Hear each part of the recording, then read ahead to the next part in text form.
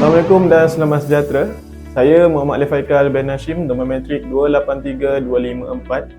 Pada kali ini saya akan membentangkan berkenaan perbandingan budaya antara Malaysia dan juga negara Jepun dalam kehidupan harian. Jadi kita teruskan dengan pengenalan kepada budaya Malaysia dan Jepun. Perbezaan budaya berdasarkan 3 elemen yang dikenal pasti, iaitu yang pertama, nilai budaya. Yang kedua, bahasa, pertuturan, ungkapan, norma komunikasi. Ketiga, agama, amalan, simbol, sensitiviti. Jadi, perbezaan budaya antara Malaysia dan Jepun memberi kesan yang menarik terhadap interaksi antara rakyat kedua-dua negara. Tugasan ini memberi peluang kepada saya untuk meneroka dan membandingkan dua budaya dengan lebih mendalam.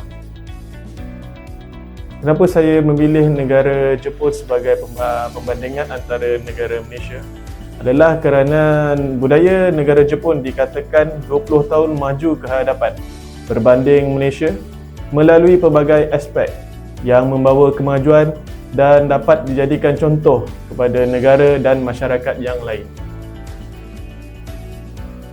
Seterusnya, nilai budaya Malaysia yang mempunyai nilai kekeluargaan yang kuat dengan penekanan pada hormat kepada orang tua dan hubungan sosial yang erat antara kaum.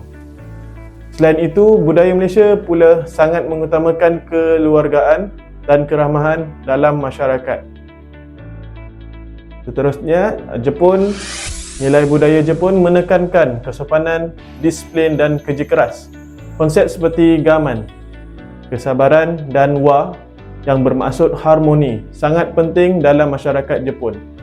Budaya Jepun menekankan disiplin dan hormat dalam kehidupan sosial, kerja keras dan disiplin, etika kerja yang tinggi dan semangat tidak mudah putus asa adalah nilai penting dalam budaya Jepun.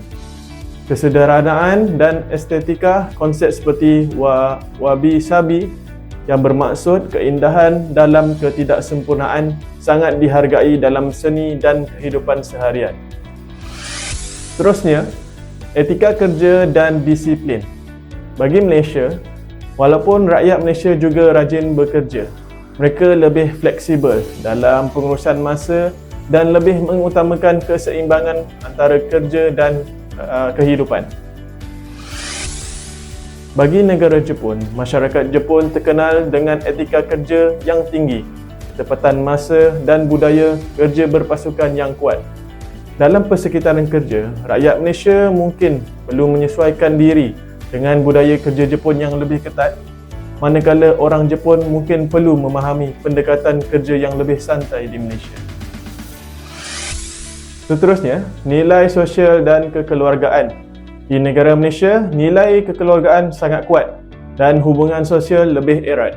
Rakyat Malaysia lebih mesra dan mudah bergaul dengan orang asing. Bagi negara Jepun, masyarakat Jepun lebih individualistik dan menghormati privasi. Hubungan sosial lebih formal dan interaksi antara generasi lebih berjarak. Rakyat Malaysia mungkin mendapati orang Jepun lebih suka didekati pada awalnya, tetapi apabila kepercayaan terbina, hubungan boleh menjadi sangat erat. Seterusnya adalah bahasa dan komunikasi. Bagi negara Malaysia, bahasa Melayu adalah bahasa utama, tetapi terdapat banyak bahasa lain seperti Mandarin, Tamil dan dialek tempatan. Komunikasi lebih bersifat langsung dan ekspresif. Dalam budaya Malaysia, komunikasi lebih santai dan ekspresif serta banyak menggunakan bahasa tubuh.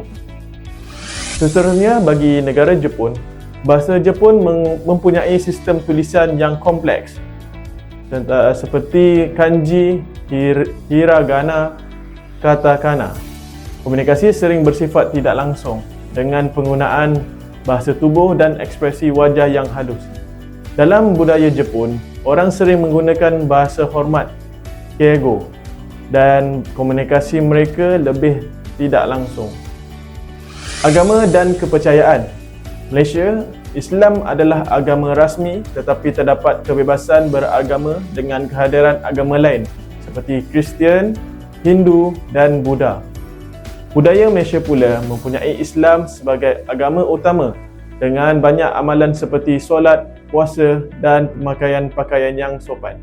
Bagi negara Jepun, agama utama ialah Shinto dan Buddha dengan banyak amalan tradisional seperti festival kuil dan ritual keagamaan. Shinto dan Buddha adalah dua agama utama di Jepun.